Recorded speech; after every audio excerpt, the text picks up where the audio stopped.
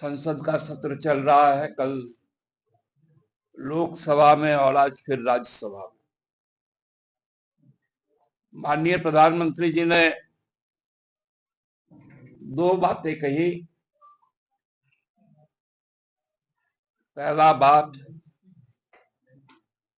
कि हम तीसरी बार आएंगे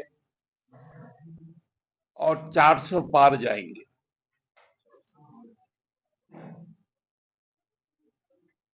देश के जो हालात है, जो संघर्ष चल रहा है,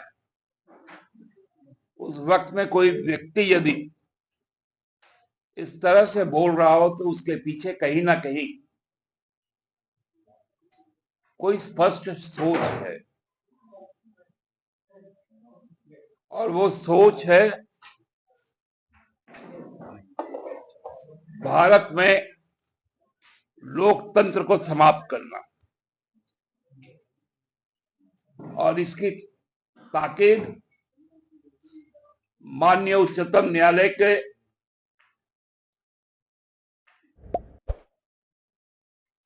सर्वोच्च विचारपति ने भरी अदालत में देश को कही कि लोकतंत्र का हत्या हो रहा है, और कहीं न कहीं परोक्ष रूप से भारतीय जनता पार्टी लोकतंत्र का हत्यारा है। क्योंकि जिस प्रसंग में उन्होंने जो बातें कही, वो चंडीगढ़ में जो मेयर पद का चुनाव था और उसका पीठासीन पदाधिकारी भाजपा का पूर्व पदाधिकारी तथा वर्तमान में जो मनोनीत पार्षद, उनके संदर्भ में कहा। ये बातें लगभग 2022 से चल रही है कि लोकतंत्र की हत्या हो रही है। लोकतंत्र की हत्या महाराष्ट्र में हुई, लोकतंत्र की हत्या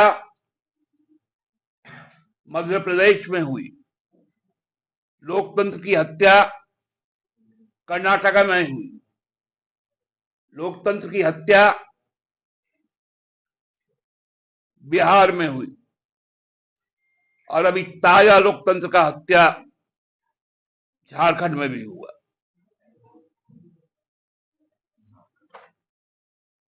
अब आप खुली किताब है भाजपा का मानसिकता कि प्रधानमंत्री संसद में बोल रहे हैं और सुप्रीम कोर्ट अपने कक्ष में बोल रहा है।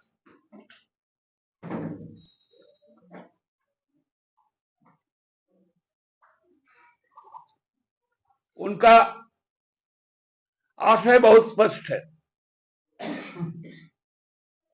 कि चुनाव मात्र एक अवसर होगा,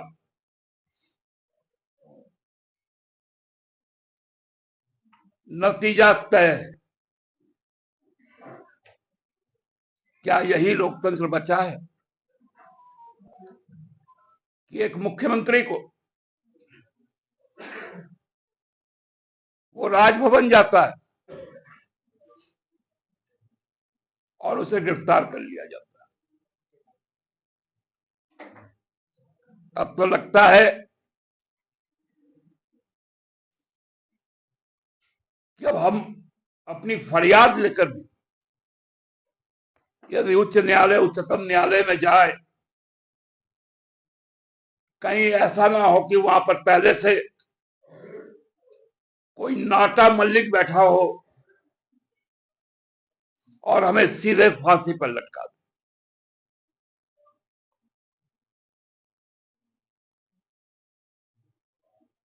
क्योंकि जो जल्लाद का काम होता है, अब वो काम भाजपा का पीठासीन पदाधिकारी कर रहा है कि जो विपक्ष है वो उसका टारगेट है। अब वो विक्टिम नहीं है, अब वो टारगेट है। और टारगेट को शूट करना है।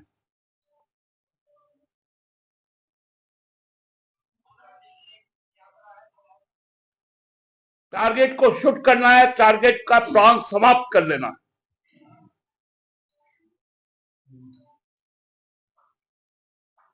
यह परिकल्पना कोई नहीं किया था।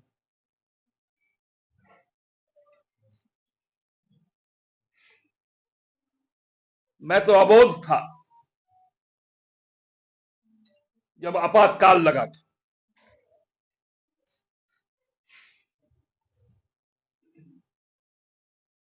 लेकिन अब जब बोध है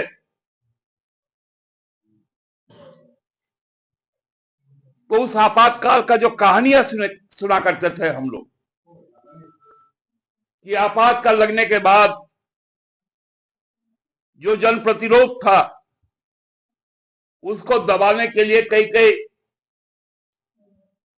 धाराएं लगाई जाती थी। उस समय एक मीसा कानून भी आया था।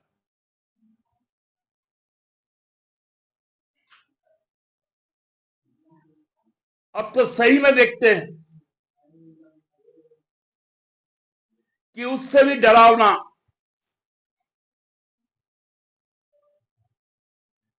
केंद्रीय जांच एजेंसियां कर रही। उस वक्त तो इतना मीडिया नहीं था, और जो भी मीडिया था वो लोगों को आंदोलनकारी बताता था।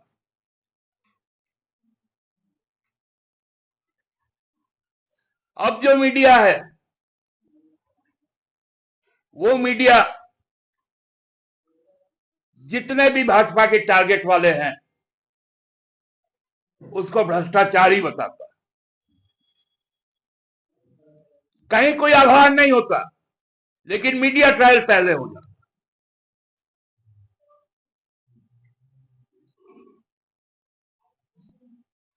और जो आधार है जिस पर चार्जशीट है वो ना केवल विधानसभा में बैठता है, लोकसभा राज्यसभा में बैठता है, वो मंत्री भी बनता है।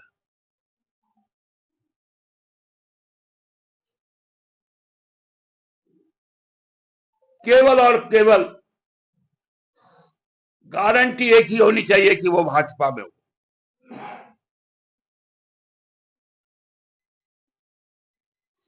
भाजपा में नहीं है तो वो भ्रष्टाचारी है, वो देशद्रोही है, वो पाकिस्तानी है। क्योंकि अब तो विधानसभा में बोला गया।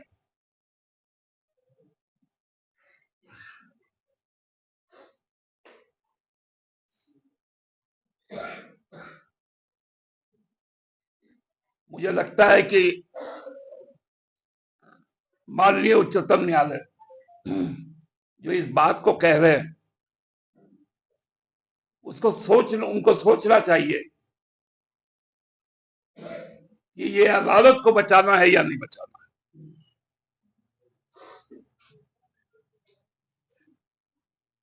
यदि अदालत को बचाना है तो लोकतंत्र को बचाना है। जब भाजपा के नेता अंतर्यामी हो गए हैं तो क्या फिर वही सवाल उठता है, ईवीएम पे अभी भी शक है विपक्ष को, या मतलब कोई नया विकल्प पे भी सचमुच विचार अब करना चाहिए? हम लोग को तो शक है कि अब चुनाव होंगे भी, क्योंकि बैलेट आपने देखा चंडीगढ़ का क्या स्थिति हुआ। ईवीएम आपने देखा मध्य प्रदेश में, चीफ प्रत्याशी बोलता है मेरा बूथ में हामी को वोट नहीं मिला। तो इसलिए अब संकट ही है कि चुनाव होगा या नहीं होगा।